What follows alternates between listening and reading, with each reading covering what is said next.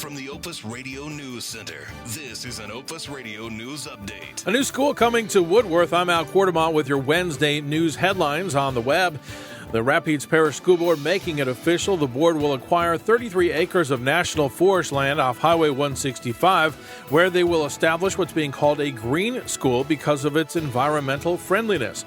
The name of the school will be in honor of Louisiana preservationist, the late Carolyn Dorman, who is credited with the establishment of the Kisatchie National Forest. A bargain price for the land, the school board only having to pay $10 an acre. That was through the Educational Land Grant Act. The school is expected to be open by August of next year, 2012, and the construction process will begin after a formal groundbreaking ceremony set for next Tuesday at 1:30. Meanwhile, the Rapides Parish School Board and all others in the state will likely see another standstill on the funding formula for public schools next year.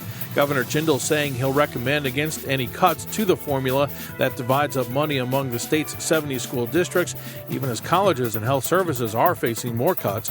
The Bessie Board is expected to vote on next year's school funding plan later this week, as it will be the third year in a row without any additional money for districts after years of annual 2.75% increases.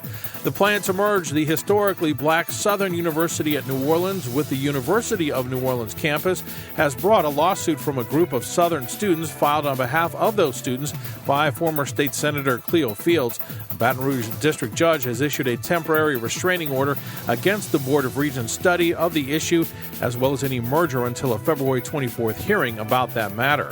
Meanwhile, the governor's own war chest for his re-election bid this fall continues to grow, now at $9.2 million. Governor Jindal filing his latest campaign finance report with the Louisiana Ethics Administration program. So far, there are no announced challengers for Jindal in the upcoming October 22nd primary. Senator David Vitter playing a little hardball with the president. He's putting a hold on President Obama's nominee to head the U.S. Fish and Wildlife Service until the Interior Department begins issuing drilling permits.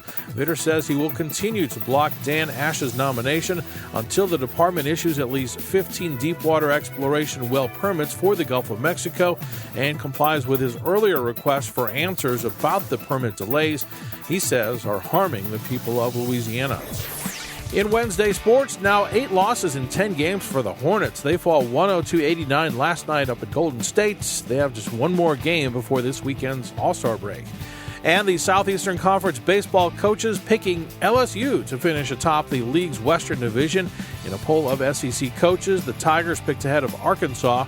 In the Eastern Division, coaches picking Florida as the favorite there. More news on our Truth 104.3 FM Facebook page. Send us your news. Send law news at opusbroadcasting.com. I'm Al Quartemont.